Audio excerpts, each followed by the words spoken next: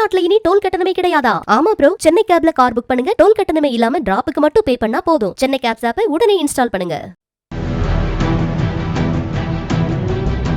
சேலம் மாவட்டம் ஏற்காடு மலைப்பாதையில் சில நாட்களுக்கு முன்பு காட்டுக்குள் கிடந்த சூட்கேஸில் இருந்து துர்நாற்றம் வீசியது.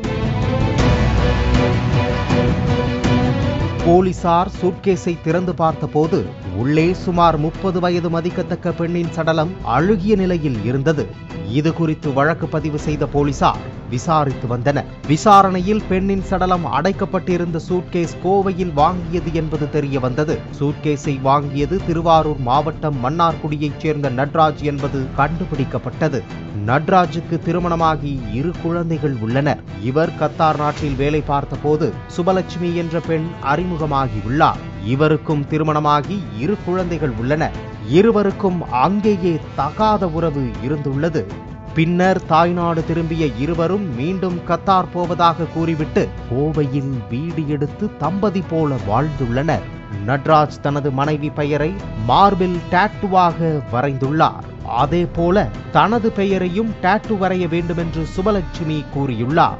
இதையடுத்து தனது கையில் சுபலட்சுமி பெயரை டாட்டூவாக வரைந்துள்ளார். இதற்கிடையே தனது மனைவி குழந்தைகளை பார்க்க மன்னார்குடிக்கு நட்ராஜ் சென்றபோது கையில் இருந்த சுபலட்சுமியின் பெயரை அழித்ததாக கூறப்படுகிறது. இது தொடர்பாக சுபலட்சுமிக்கும் நட்ராஜுக்கும் தகராறு ஏற்பட்டுள்ளது. அப்போது சுபலட்சுமியை நட்ராஜ் அடித்ததில் இறந்து போனார்.